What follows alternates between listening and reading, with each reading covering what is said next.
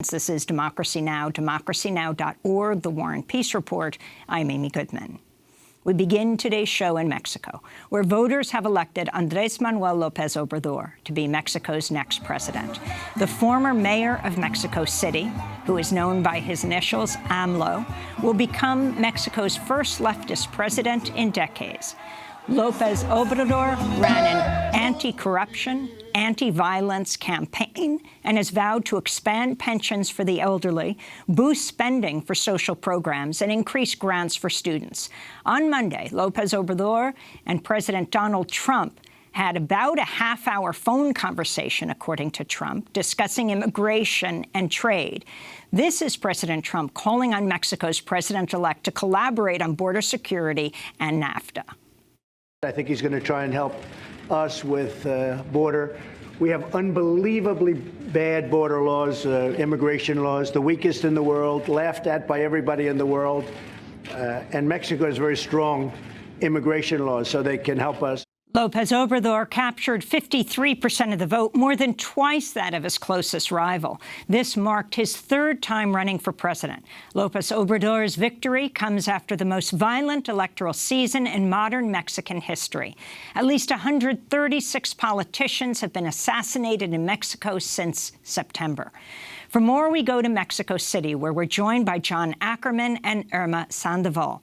Irma Sandoval is a professor and director of the Center for the Study of Corruption at the National Autonomous University of Mexico, set to become Comptroller General in President-elect Andrés Manuel López Obrador's government. John Ackerman is the editor of the Mexican Law Review and a professor at the National Autonomous University of Mexico. He's also a columnist for Proceso and La Jornada newspapers. They happen to be married. Welcome to Democracy Now! John Ackerman, let's begin with you. Talk about the overall significance of this victory for López Obrador, who has been campaigning for this, it seems, for decades. Yeah, thank you, Amy. A real pleasure and a real honor to be on your show. You guys are the best.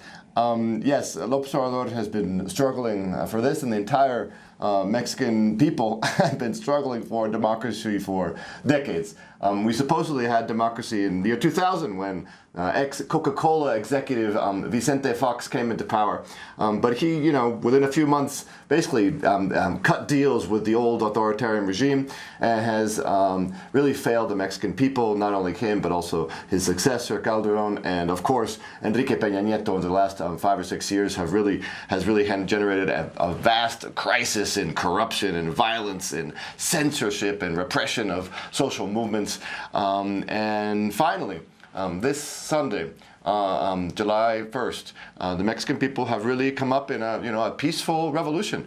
It's really quite amazing. It was amazing to see the poll stations this Sunday packed with long lines of voters, people who are really just fed up with this failure of Mexican so-called democratic transition and want to really try again. This is a real historic moment because throughout Latin America, we've been having all this experimentation with left-wing and progressive governments throughout the region, from Brazil to El Salvador to Argentina, Bolivia, Venezuela, Uruguay, and Mexico had been left out of this pink tide. We've been stuck with this single ideology of neoliberal authoritarianism since 1980s, but now finally it looks like we're going to be able to try something new. A lot of the corporate media in the United States is referring to AMLO, to López Obrador, as Mexico's Trump, talking about him as an anti-NAFTA populist. Your response? No, there's absolutely no comparison between López Obrador and Trump. Trump is a right-wing demagogue who is quite ignorant about both national and international affairs. He's a chauvinist. He's someone who preaches hate. López Obrador is a quite sophisticated, modern intellectual leader who is looking to, yes, defend the Mexican national economy, Mexican workers, He's actually pro-NAFTA. It's actually interesting. For many years, the left in Mexico has been anti-NAFTA, but things have changed. He's more similar to Bernie Sanders. You want to do a comparison, but if you want to look at Latin America, it would be more like Jose Mujica or Lula da Silva. Jeremy Corwin is a great friend of López Obrador, so that's sort of his school of thought. It's very quite funny to see how people think that anything that questions the status quo have to be similar. Trump and López Obrador have nothing to do with each other from my point of view. Chairman Sandoval, you are going to be a part of the government, the Comptroller General of Mexico. You're part of the team. Were you surprised by the massive outpouring of support, the significance of how much López Obrador won by? Yeah, hi, Amy. This is a historic moment, and we are very, very happy because this moment really synthesizes a lot of decades of struggles in Mexico, struggles for human rights, struggles for social movements, and also a very meaningful struggle that we had last year, that is the struggle for justice in Ayotzinapa. And I think that everybody in Mexico is very happy of this moment, of this achievement. And also, personally, I'm very proud, very honored of being part of the team that is going to help López Obrador to confront corruption, to combat corruption, and to finish with this important with this problem in Mexico.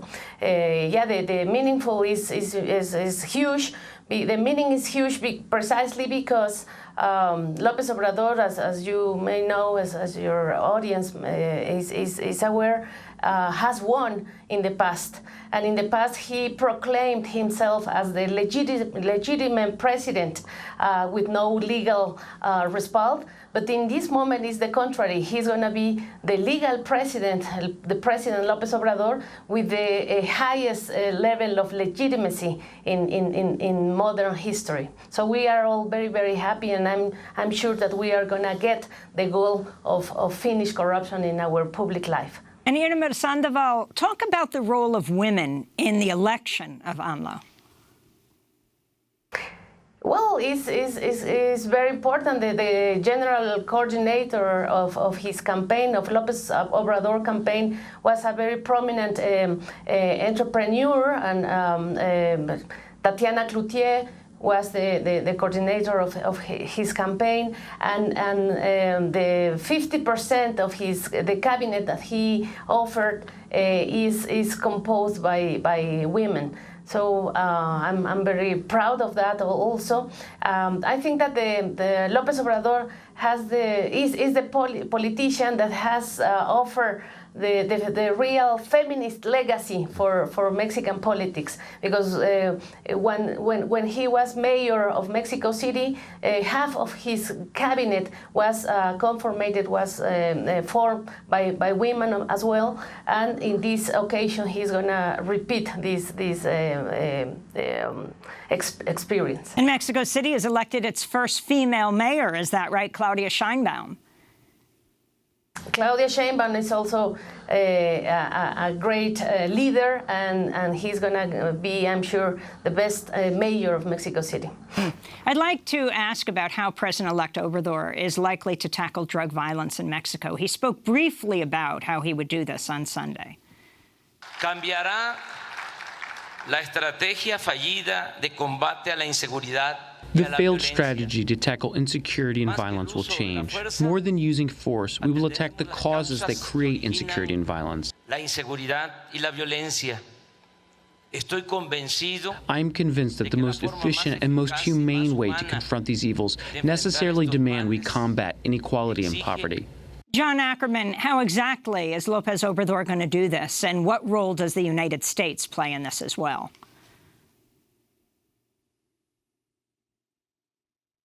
be changing the discourse, the logic on this. We've been going through a drug war for the last 12 years with Calderon, with Peña Nieto, very much politically motivated. So Calderon started this drug war, put the military out in the streets in the end of 2006 in a very similar way with Bush invading Iraq to try to compensate for this lack of legitimacy in the context of the electoral fraud of 2006. And we've been with this for the last 12 years, and also from lots of pressure from the United States to continue on that decapitation strategy, which has led to a bloodbath. So 350,000 dead over the last 12 years, 35,000 disappeared, 25,000 displaced.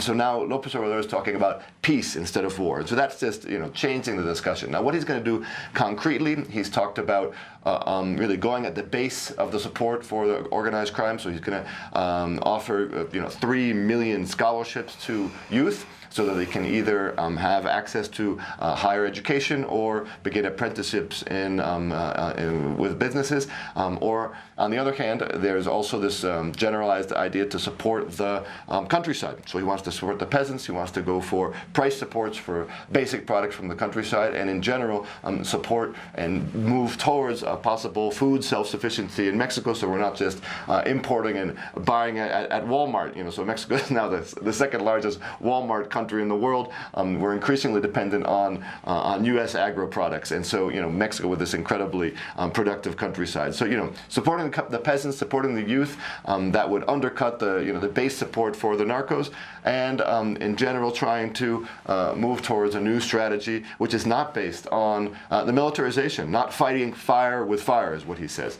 We need to investigate crimes. One of the great and most important problems with this issue is that only 9% of crimes are even reported to the authorities. That's because the Mexican people, rightly in fact, don't trust the criminal investigators. Often when you report a crime, you end up being investigated yourself, because they are often in the pocket of the criminals themselves. So you have to combat corruption, create more confidence, and have people report crimes and have those reports actually get to the punishments for the criminals. And so let's go to the institutions, go to the questions of poverty and economic development, instead of just creating an increased violent and war scenario. And here, the discussion yesterday with Trump was pretty clear. From what I understand, I don't think the transcript was released, but López Obrador was saying this. He said this before. We want, from the United States, we don't want you guys to be sending us helicopters and arms. We want us to have a real joint strategy for economic development to stop at the roots, so that we don't have this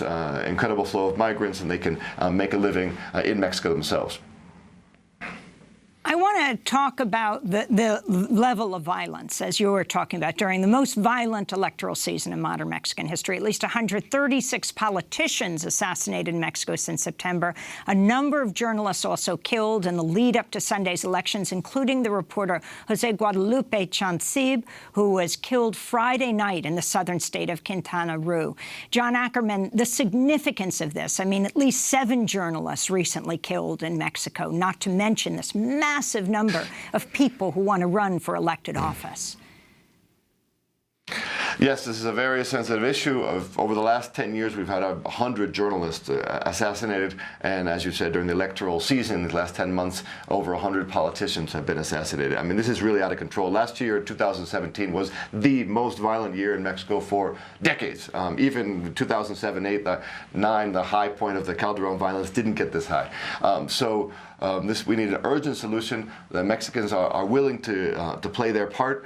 The big problem, what the roots of this problem is the lack of a separation between the criminals and the government. People speak of a narco state in which the government itself is in cahoots with and participating directly with organized crime. So if Irma does her job, which I'm sure she will, and other levels at the state level governments, really combating corruption and separating the criminals from the public functionaries, I think we can actually make a major step forward here. To have a real rule of law. It's not easy. It's not going to happen from one day to the next. But the presidential terms in Mexico are 6 years long. No re-election, but 6 years long. And if López Obrador does what he says he's going to do, he says he's going to wake up at 5 in the morning, as he did as mayor of Mexico City, working 5 in the morning until midnight, make those 6 years feel as if they were 12. We could actually make progress in this area. Irma Sandoval, if you could talk about immigration policy. You have President Trump sitting with the Dutch Prime Minister in the White House yesterday saying he had a great half-hour phone call congratulating López Obrador and that they will work together to enforce immigration policy, that the U.S. has the worst immigration laws, making the U.S. the laughingstock of the world, and that AMLO has agreed to enforce Mexican immigration laws, which are much better. I think that the AMLO is going to take the approach of solving this problem through development. He's going to offer economic, social, and cultural development for Mexicans. Mexicans need, aspire, they want to live their lives in their country, within their culture and with their families. And I think that that's going to be the solution for the immigration problem that we have with the U.S. And AMLO, Andrés Manuel López Obrador, is very clear with that.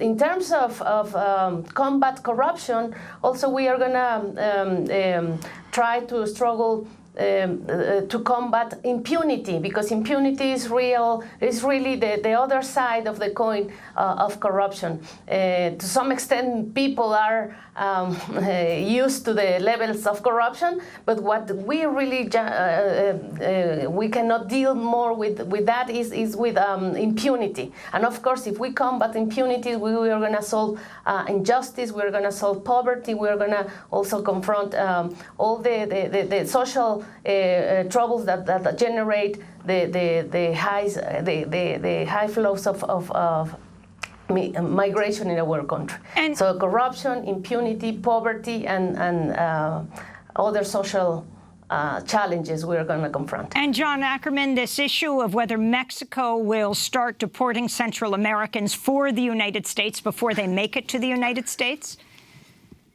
This is already happening. So Enrique Peña Nieto's policy, along with Luis Videgaray, his foreign minister, has been a real disgrace for Mexico. Mexico has given up on its long tradition of sovereignty. Not sort of radical nationalism, but just basic sovereignty in terms of foreign relations, in terms of control of their own territory.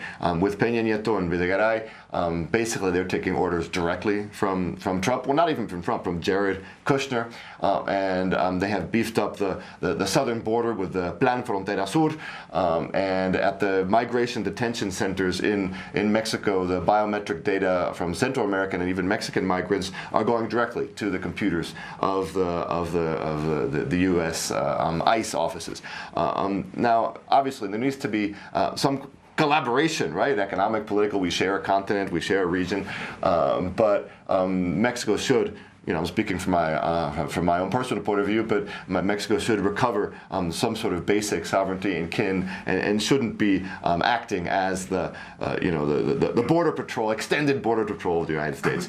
Now, of course, Mexico doesn't need to actively encourage migration. And as Irma said, the Mexicans themselves, there are plenty of migrants in the United States who are happy there, but most people in Mexico and many migrants in the United States themselves would like to be in their homeland, would like to be able to have productive jobs and productive life in Mexico themselves. And with López Obrador, there's going to be a lot of hope at that. And so if Trump really wants to have a good relationship with Mexico and really wants to stop migration from his point of view, what would be in his interest is a wealthy, growing, and safe Mexico to the south of the border. So I really hope that Trump opens up his eyes, sees the opportunity in Mexico today with López Obrador, and instead of grabbing Mexico as his punching bag, or López Obrador says instead of grabbing Mexico as his piñata, wakes up and tries to have a